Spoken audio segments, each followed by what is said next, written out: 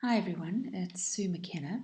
I'm going to chat to you for the next few minutes about supervision agreements. These documents have become very popular, and many universities insist that all supervisors have such agreements with their postgraduate scholars. The documents are sometimes called supervision contracts, they're sometimes called learning agreements. I think the different phrases, which I've used somewhat interchangeably in this show, do actually indicate the kind of different ideological spaces from which these documents emerge. On the one hand, they are understood very much as contracts and are required documents, often generic, pre-written documents that have to be signed by the supervisor and the scholar, which can be quite problematic because they're written in this very technical way, often quite legalistic language. And it can be argued that in this case it's really an attempt by the university to shift blame for any potential problems away from the institution to a document which has spelt out how the supervisor and student will work together and their responsibilities. And indeed, there is a growing literature that suggests that our universities have got increased managerialism, which leads to overregulation and a culture of blame. So, given these concerns that these documents are actually emerging from this understanding of a managerialist understanding of postgraduate supervision, it could be argued, I guess, that they really are not necessary, and in fact, they're quite undesirable. But on the other hand, there's research, for example, by Gina Whisker and Johan Maton, that speak about the importance of regular discussions between the supervisor and doctoral scholar or master's scholar focused on roles and expectations and the postgraduate process.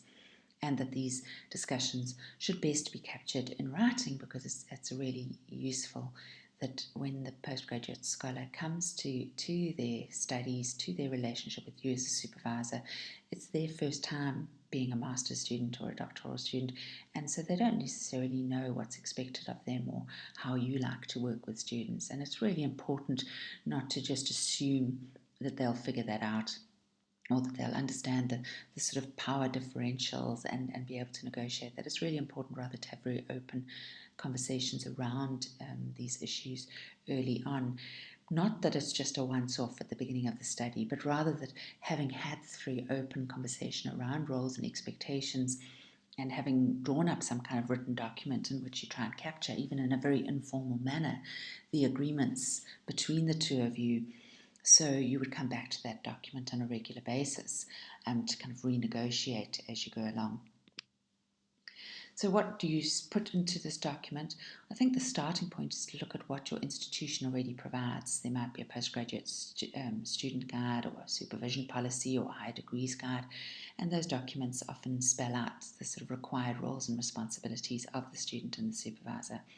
So it's probably a good idea to first look at those documents and then to negotiate how you will implement those within your particular postgraduate relationship. I'm going to ask you to do a short exercise now.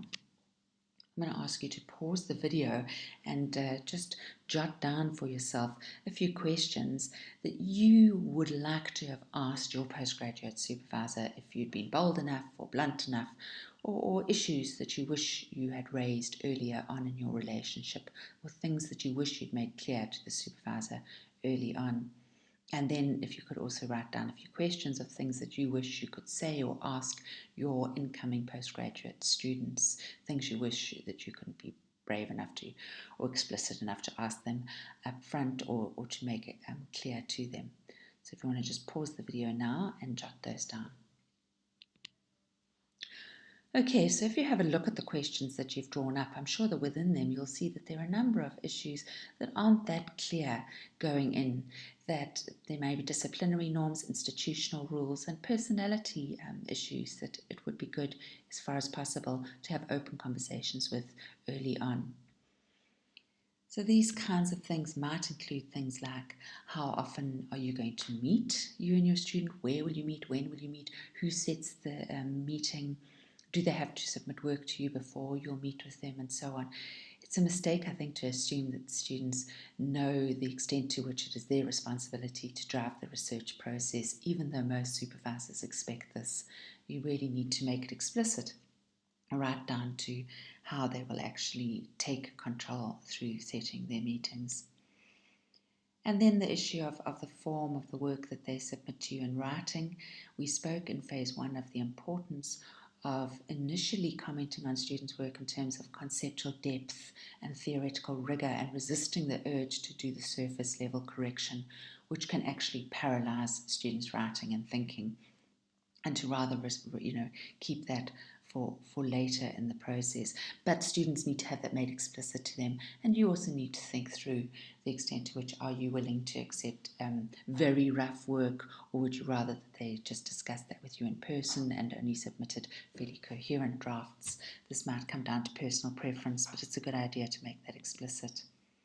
And how much text do they submit to you? Do you want whole chapters, or are you happy to work with smaller sections? And very importantly, how long do they have to wait for feedback, and what form will that feedback take? This ends up being one of the crucial problems that I hear time and again when speaking to postgraduate students, that they haven't received enough feedback or any feedback, how long they've had to wait for feedback. Obviously, there will be all sorts of reasons why that it can't be a very set time that they should wait, because sometimes some parts of the year you're busier than others. The amount of writing they've given you, if you're reading through the full thesis at the end, that's going to take longer than a chapter. But students do need to have some kind of idea of how long they are expected to wait. And then, of course, the issue of surface level correction. Although we've spoken about this being the last stage of good academic writing, it is nonetheless an important stage. So who will deal with that? And if you won't, how do you expect them to make sure that they do indeed achieve the kind of service level fluency that examiners expect? You might also want to use this open conversation leading to a written document to be a place where you plot out a project plan for the study and set interim deadlines along the way. And that's quite a useful thing to come back to that document and to see whether people are keeping up. Especially at doctoral level, it can feel like a very long space of time, and if students don't get used to setting deadlines for themselves along the way, it's quite possible that they won't make the progress that they should. Issues of co-authorship. This is a really easy conversation to have when you're still talking about hypothetical future publications, and yet it can be a really messy issue when people's feelings are hurt, when their names are not included, or when their names are included and students feel that they shouldn't be. So what are the norms of your discipline? What are your own personal expectations? Do you automatically get co-authorship? Do you only get co-authorship if you actually co-write the document? Does this include publications during and after, or only during the study? As I say, oftentimes these are disciplinary norms, but your students don't necessarily know them, so it's really good to have these conversations up front and in open. It's also important that your students are made aware of rules and regulations around postgraduate study, and as a supervisor you kind of need to make it clear to them, are there annual reports, for example, that they need to submit? Is there a maximum registration period that they're allowed to have for their study? And then the issue of conflict. One hopes that one will never have conflict with a student, but again, it's much easier to discuss this at the beginning of the relationship and to tell the student what their rights are and what the processes are. I think this actually instills a measure of trust, that you make it clear to them that you really are committed to them and to their research project, and so that if it ever got to a state where there was conflict between you, that there is a very clear process that they can go through to try and ensure that the conflict doesn't harm their progress. Once you've drawn up this document, then you need to think about who has copies of it. Is it an informal document, perhaps even just in the form of an email that the two of you keep?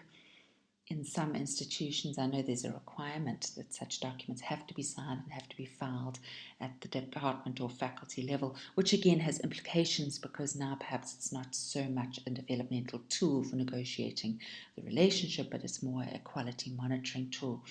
But these are the kinds of things you might need to consider.